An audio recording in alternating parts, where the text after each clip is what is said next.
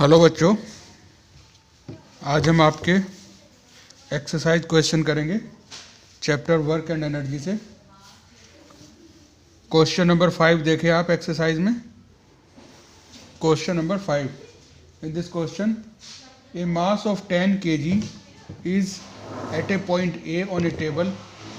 It is moved to a point B if the line joining A and B is horizontal. What is the work done on the object by the force of gravity? Explain your answer. देखो बेटे, इस तरीके से है, diagram से समझेंगे हम इसको। ये एक ऑब्जेक्ट है, ये पॉइंट A पर यहाँ पर सिचुएटेड है, पॉइंट B पर इसको ले जाया जाता है, पॉइंट B तक इसको डिस्प्लेस किया जाता है, ठीक है। Then work done by the force of gravity. अब देखो, इसका डिस्प्लेसमेंट इधर को है, it is the displacement. Work done by force of gravity, force of gravity की डायरेक्शन हमेशा वर्टिकल डाउनवर्ड होती है। तो यहाँ पर फोर्स और डिस्प्लेसमेंट में एंगल कितना बन रहा है बेटे? 90 डिग्री का, ठीक है। तो according formula for work done, work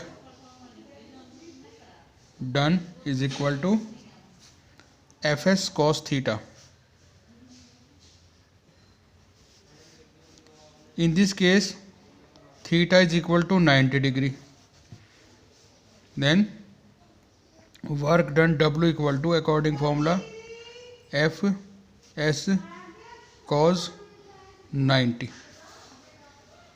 तो ये वैल्यू वर्क डन की वैल्यू हो जाएगी 0, because the value of cos 90 degree is equal to 0. Then work done by gravity in this case is 0, ठीक है। नेक्स्ट क्वेश्चन देखेंगे, question number 6. The question number 6 is that the potential energy of a free falling object decreases progressively. Potential energy of a free falling object decreases progressively. Does this violate the law of conservation of energy? Law of conservation of energy ये है बेटा कि energy neither be produced nor destroyed.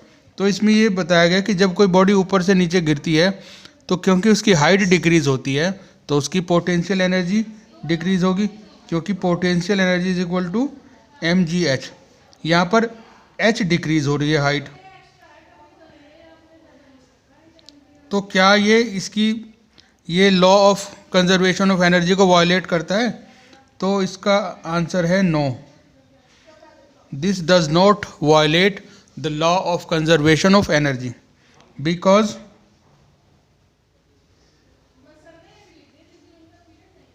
the net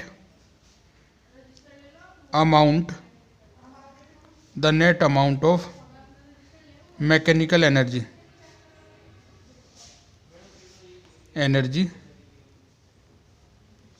is constant. Mechanical energy बेटे क्या होती है? Mechanical energy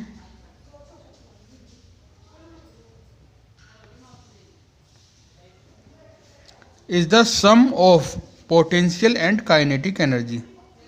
potential energy plus kinetic energy, इन दोनों का सम होती है किसी बॉडी की मैकेनिकल एनर्जी। तो ये लॉ ये कहता है, law of conservation of energy, कि जो टोटल सम है ये हमेशा मैकेनिकल एनर्जी कंजर्व होती है, यानी इन दोनों एनर्जी का सम कंजर्व होता है, इसकी वैल्यू कांस्टेंट होती है एक बॉडी के लिए।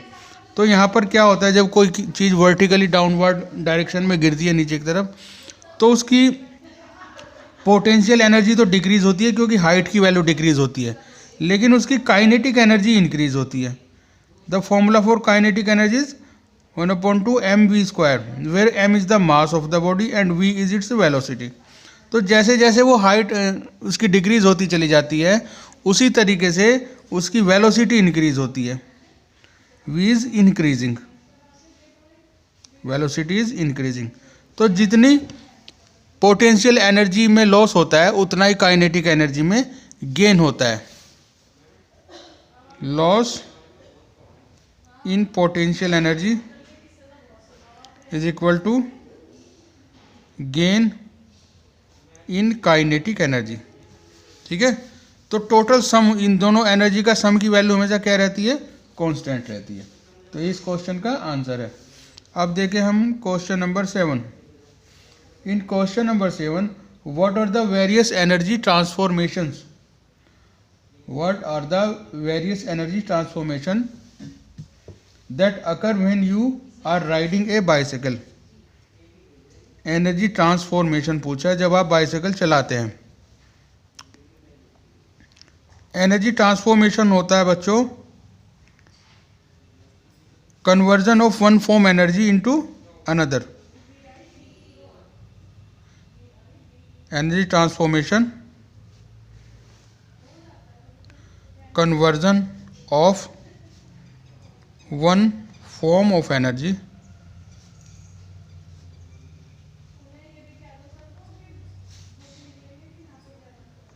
into another।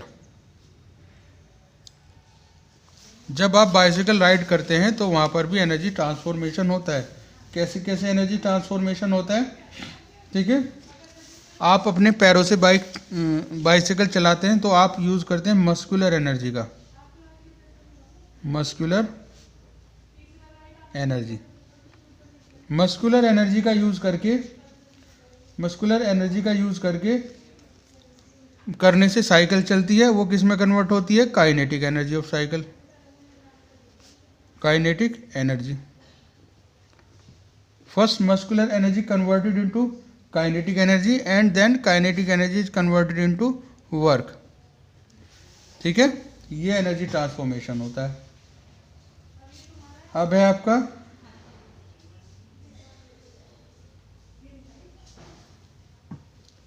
Question 8। Does the transfer of energy takes place. Question number 8 देखें अपनी टेक्स्ट बुक में। Does the transfer of energy takes place when you push a huge rock. Does the transfer of energy takes place when you push a huge rock with all your might and fail to move it? What is the energy you spend? What is the energy you spend going? ठीक है, अब देखो इसका answer है बेटे,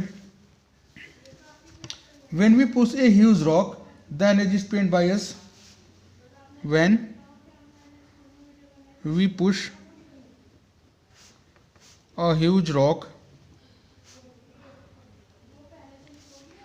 the energy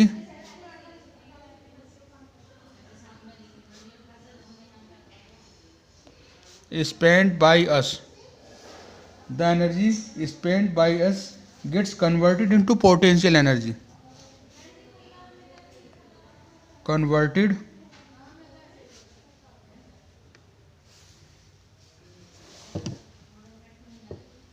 into potential energy, potential energy of rock, converted into potential energy of rock। ठीक है, question number 9। A certain household has consumed 250 units। Certain household consume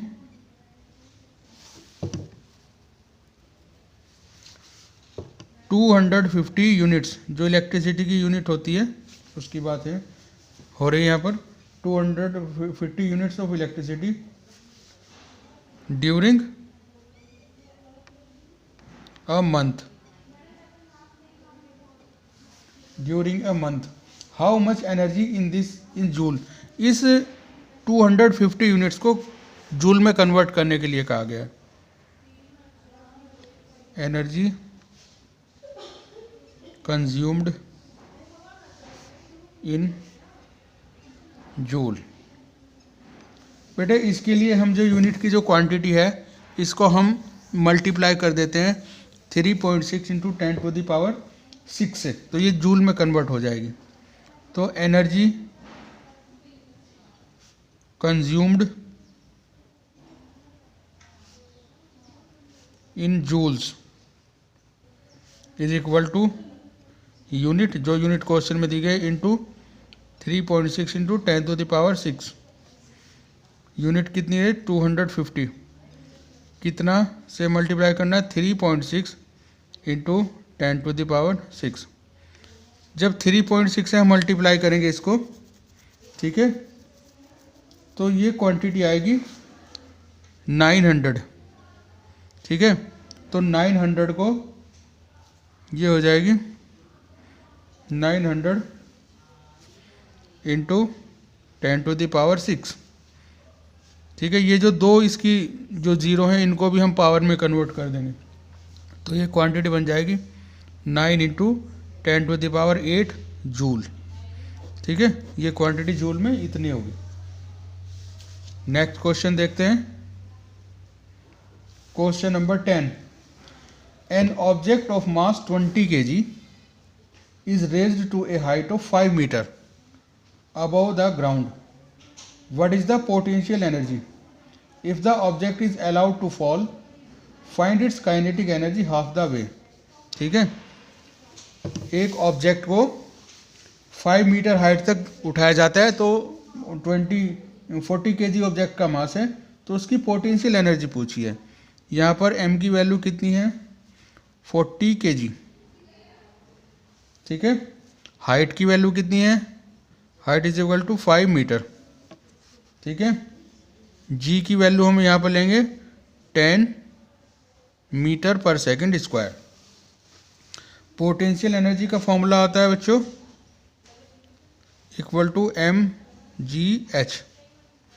सारी वैल्यूज हैं हमारे पास, रख देंगे यहाँ पर m40, g10 और h5। ठीक है, जब हम इसको मल्टीप्लाई करेंगे तो ये क्वांटिटी बन जाएगी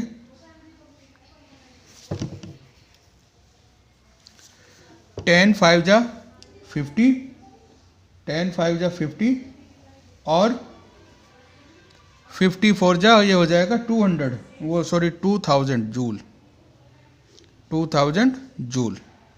ठीक है, अब इसमें पूछा है कि इसको जब गिराया जाता है, इस हाइट से इसको गिराया जाता है, तो जब ये बीच के पाथ में, बीच अपने पाथ के मिड पॉइंट में पहुंच जाता है, तो मिड पॉइंट कितना आएगा? यहाँ पर मिड पॉइंट आ जाएगा यहाँ पर 5 का हाफ, 5 का हाफ। ठीक है, 5 का हाफ कितना होता है? 5 का हाफ होता है 2.5 midway is equal to 2.5 metre. तो उस समय इसकी ये पूछा है, उस समय इसकी काइनेटिक एनर्जी क्या होगी?